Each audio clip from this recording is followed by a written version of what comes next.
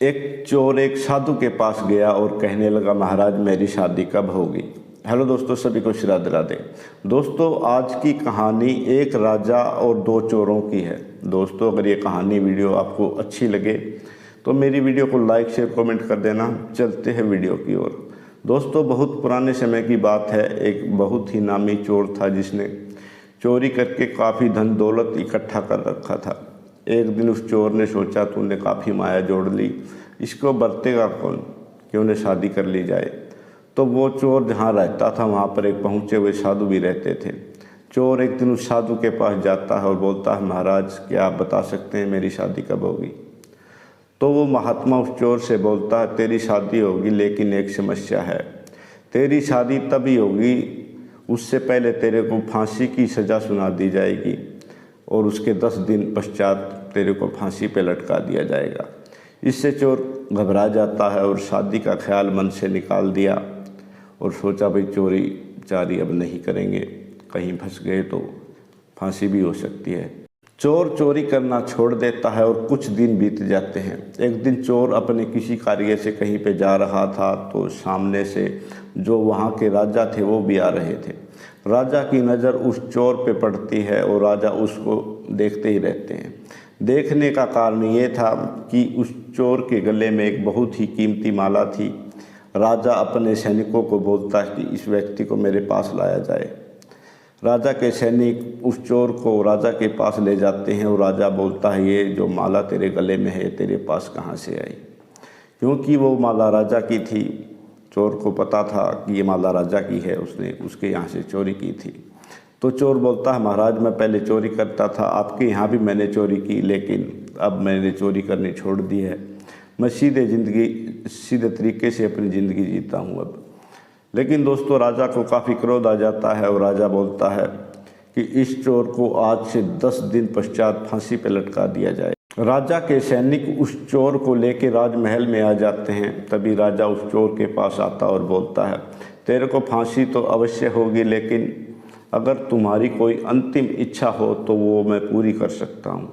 तो चोर बोलता है, महाराज मेरी अंतिम इच्छा यही है कि जब तक मेरे को फांसी ना दी जाए तब तक मेरे को जेल में न डाल के घूमने फिरने की आज़ादी दे दी जाए। तो राजा बोलता है, ये इच्छा मैं तेरी पूरी कर सकता हूँ, लेकिन तेरे को महल के इर्द गिर्द ही रहना होगा, ज़्यादा दूर तुम नहीं जा सकते। तो चोर मान जाता है और राजा उसके साथ अपने 2 सैनिक भेज देता है कि ये भाग न जाए चोर। तभी चोर राजमहल से बाहर आ जाता है और एक जगह बैठ जाता है। तो चोर अपने मन में सोच रहा था कि भी तो तेरा टाइम नज़दीक है, लेकिन वो अंदर से सुधर भी गया था और वो जानता था कि भी तेरे को फांसी ऐसे तो नहीं हो रही। फांसी तेरे को तभी हुई है जब तूने कोई अपराध किया है, इसलिए ये फांसी भी जायज़ है। कुछ समय बीतता है तो वहीं पर एक औरत और एक उसकी लड़की आती हैं। वो चोर के पास आके बैठ जाती हैं। उस औरत की लड़की जो थी वो शादी के योग्य थी और काफ़ी सुंदर भी थी। चोर की नज़र उस लड़की पे पड़ती है और चोर मन ही मन सोचने लगता है, अगर इससे शादी हो जाती तो अच्छा हो जाता। तो तभी वो चोर उस लड़की की माँ से पूछता है, तुम कौन हो। तो लड़की की माँ बोलती है, हम बहुत गरीब आदमी हैं, यहाँ पे राजा के यहाँ कुछ काम मांगने आए हैं, तो राजा के यहाँ शायद कुछ काम मिल जाए, हमारा गुजारा हो जाएगा। तो तभी चोर उस औरत से बोलता है कि आपको धनवान होना है, मैं आपको धनवान बना सकता हूँ, लेकिन उससे पहले आपको मेरी एक बात माननी पड़ेगी। तो औरत पूछती है, क्या बात है वो। तो चोर बोलता है, मेरी शादी आपकी लड़की से करवा दो, लेकिन एक बात और है, आज के 10 दिन बाद मेरे को फांसी भी होनी है। तो औरत पूछती है, तो 10 दिन के अंदर शादी करके करोगे क्या, जब तेरे को 10 दिन बाद फांसी होनी है। तो चोर बोलता है कि क्या पता इस 10 दिन के अंदर मैं पिता बन जाऊं और मेरे को पुत्र हो जाए, जिससे मेरा उद्धार हो जाएगा।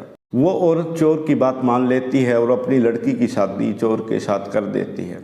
और चोर जो जितना माल चोर ने छुपा रखा था वो उस औरत को बता देती है। औरत वहाँ से सारा धन निकाल लेती है और धनवान हो जाती है।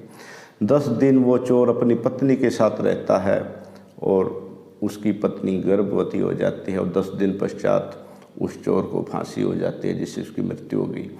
लेकिन वो औरत अपनी पुत्री को वापस वहाँ से ले जाती है और सोचती है मेरे पास अब तो बहुत सारा धन है, पैसा है, अब तो मैं अपनी लड़की की शादी धूमधाम से कर सकती हूँ। वो अपनी लड़की की शादी दोबारा धूमधाम से करती है, लेकिन दुर्भाग्य से जिसके साथ उसने शादी की वो भी चोर निकला और उसी रात्रि सारा धन जो चोर ने उसको दिया था वो दूसरा चोर उसको चुरा के वहाँ से भाग जाता है। इससे वो काफ़ी दुखी होती है औरत, और जहाँ पे थी वहीं पे दोबारा आ जाती है, गरीब हो जाती है दोबारा। कुछ दिन और बीतते हैं और उस औरत को एक पुत्र की प्राप्ति होती है। जब वो लड़का 10-15 साल का हो जाता है तो राजा के यहाँ काम मांगने जाता है। राजा के यहाँ उसको काम मिल जाता है। राजा को एक लड़का था, वो लड़का भी उस चोर के लड़के की ही उम्र का था। एक दिन दुर्भाग्य से वहाँ पे एक सांप आता है और वो राजा के लड़के को डसने की कोशिश करता है और चोर का लड़का उसको बचाने की कोशिश करता है, लेकिन वो सांप उसको राजा के लड़के को डस लेता है, जिससे राजा के लड़के की मृत्यु हो गई। ये बात राजा को पता चलती है कि तेरे लड़के को बचाने का बहुत प्रयास किया इस लड़के ने। तो राजा भी वृद्ध हो गए थे, उसका भी समय नज़दीक था। उस राजा ने सोचा क्यों ना इस लड़के को गोद ले लिया जाए और इसको राजा बना दिया जाए। तो राजा उसको गोद ले लेता है और राजा की कुछ दिन पश्चात मृत्यु हो जाती है। फिर वो लड़का जो राजा ने गोद लिया था और चोर का लड़का था, वो महाराज के पिंडदान के लिए गया में गया, और जब वह नदी में प्रवेश करता है पिंडदान के लिए तो वहाँ से 3 हाथ निकलते हैं।